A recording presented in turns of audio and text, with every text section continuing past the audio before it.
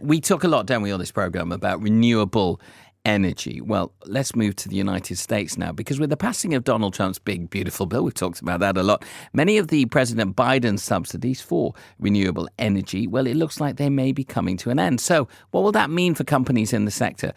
Gregg Felton is the CEO and co-founder of Altus Power, works in the solar power industry, providing power, and he's based in Connecticut, near New York.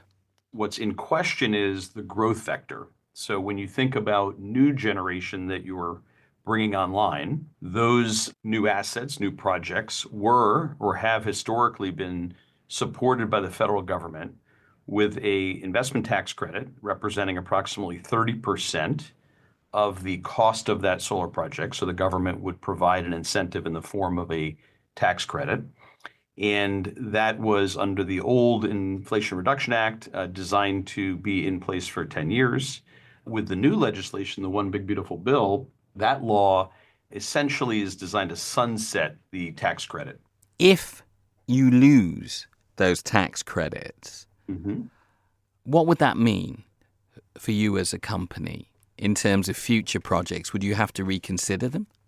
Yeah, I think for us in particular, for Altus in particular, growth would be slowed in terms of new development. But we as a company do grow in a couple different ways. One is that we participate in the creation of new assets, that's new development projects, but we also acquire projects from others that have been built. So our focus has been a mix. I'd say it's fair to assume that we would do much more acquisition of assets already in operation, which are not subject to new limitations, but we'd have less as an industry, and presumably Altus as a participant in this industry, we'd have less activity in terms of true new development or new generation that's coming online.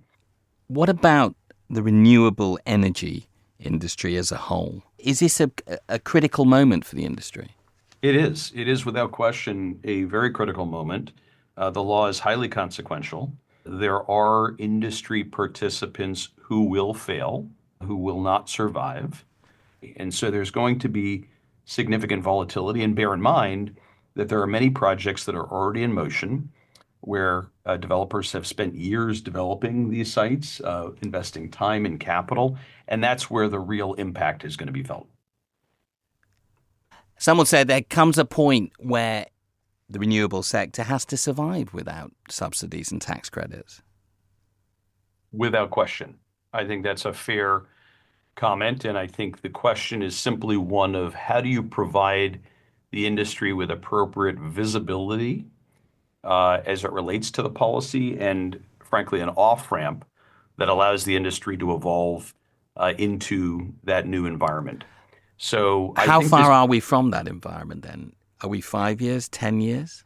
Right now, what you have in the law is a cliff, meaning 1 year you have the tax credit and the next year you do not.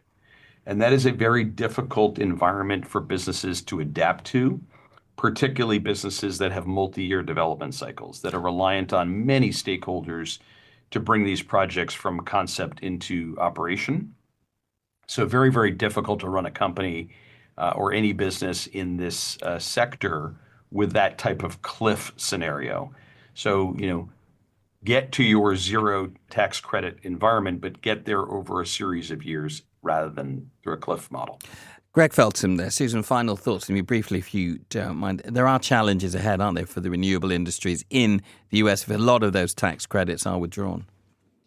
There absolutely are. And we're seeing that as recently as data from Tesla coming out, the number of cars that have been sold by Tesla dropping significantly, largely because those tax credits are going away, continues to be an issue. The need for power, however, also continues, and that will help offset that. It must be met if people want to build data centers and support the AI initiative. That's it from World Business Report.